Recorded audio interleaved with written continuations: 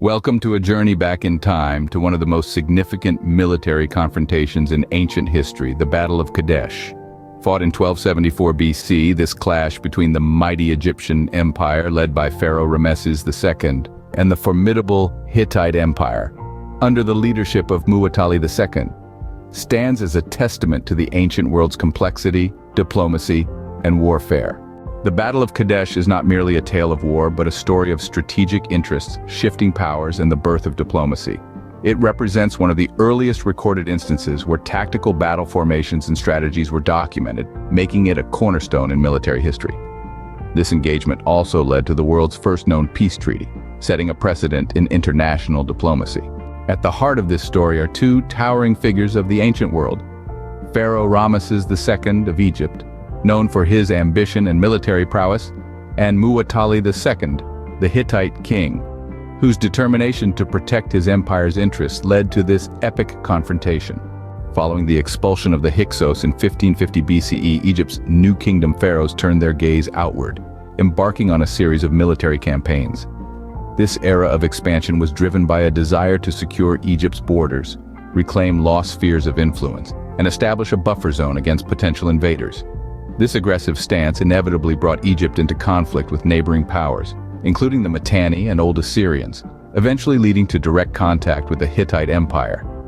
Thutmose III, often celebrated as ancient Egypt's greatest ruler, epitomized this expansionist spirit.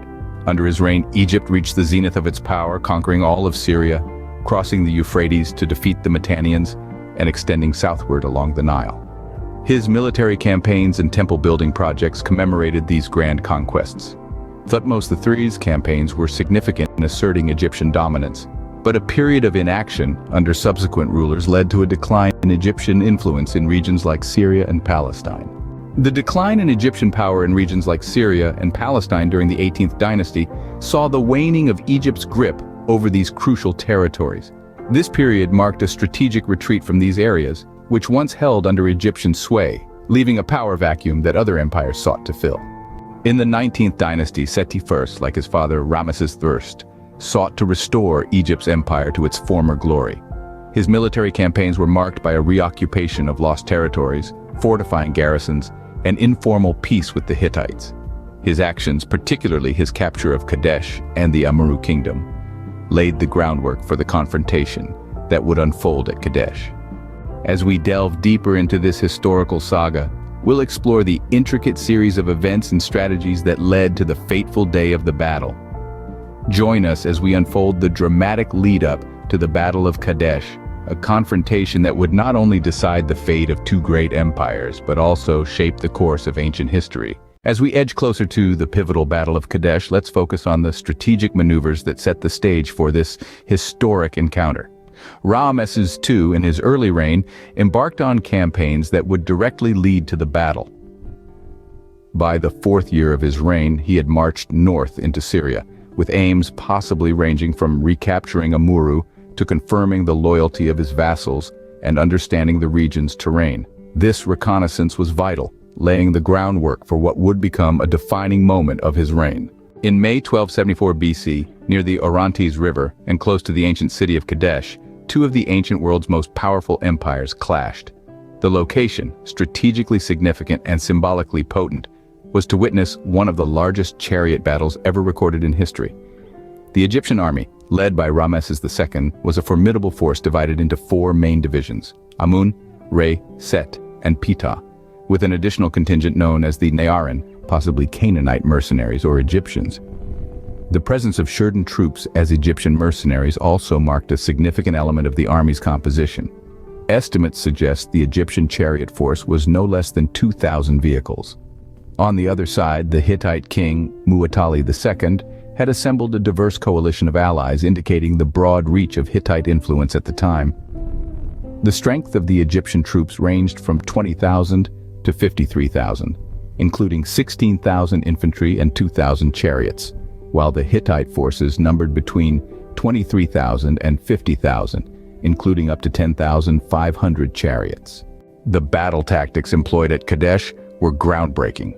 The Egyptians were renowned for their chariotry, a key component of their military might. In contrast, the Hittites relied heavily on their infantry and chariots, which were integral to their combat strategy. A critical moment in the battle saw Ramesses and his bodyguard surrounded, prompting him to lead several charges into the Hittite ranks, a bold move that exemplified the intensity of the engagement. As we reflect on the strategic depth and military might showcased in the Battle of Kadesh, it's clear why this event holds such a pivotal place in history. The tactics, bravery, and political maneuvering that characterize this battle offer profound insights into the ancient world's warfare and diplomacy. Let's now turn our focus to the aftermath of the battle, exploring how this significant event shaped the future of both empires and the ancient world at large. The Battle of Kadesh, a major engagement between the Egyptians under Ramesses II and the Hittites under Muwatalli, ended without a definitive victor. Despite the intensity and scale of the conflict, neither side could claim an outright victory.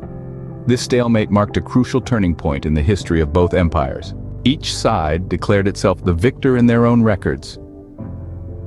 Ramesses II's account, immortalized in the poem of Pentar, details his personal valor against overwhelming odds. This Egyptian version was inscribed on the walls of several temples, showcasing the pharaoh's pride in the campaign. Conversely, the Hittite account, found in the city of Hattusa, paints a different picture, claiming a great victory for Muwatalli II. The Hittites' continued occupation of Kadesh after the battle supports their claim. Although the fact that Ramesses II and his army inflicted heavy casualties and returned intact to Egypt lends credence to the Egyptian version. The inconclusive outcome of the battle and subsequent skirmishes eventually led to the world's first peace treaty in 1258 BCE. This historic agreement between Ramesses II and Hattusili III of the Hittites established mutual respect for boundaries and a commitment to non-aggression. This treaty not only ended the destructive warfare but also opened avenues for communication, commerce, and trade between the two nations. The Egyptian and Hittite accounts of the battle offer contrasting perspectives. The Egyptian version, centered on Ramesses II's heroism, is perceived as biased, while the Hittite version provides a counter-narrative, emphasizing their control over Kadesh. The discovery of the Hittite account challenged the long-standing belief in the Egyptian narrative as the sole historical truth. The Battle of Kadesh and its aftermath significantly influenced diplomatic resolution and military strategies in the ancient world. Following the peace treaty, both empires shared knowledge and expertise, enhancing their respective strengths.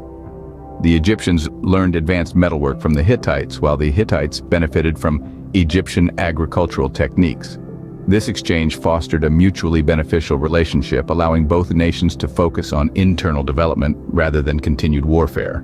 In summary, the Battle of Kadesh holds a prominent place in history, not only for its military significance, but also for its role in shaping ancient diplomacy. It demonstrated the limitations of military power in resolving conflicts and paved the way for diplomatic engagements, setting a precedent that resonates throughout history. This battle, therefore, stands as a pivotal moment in the annals of ancient warfare and diplomacy, where the art of making peace became as important as the art of war.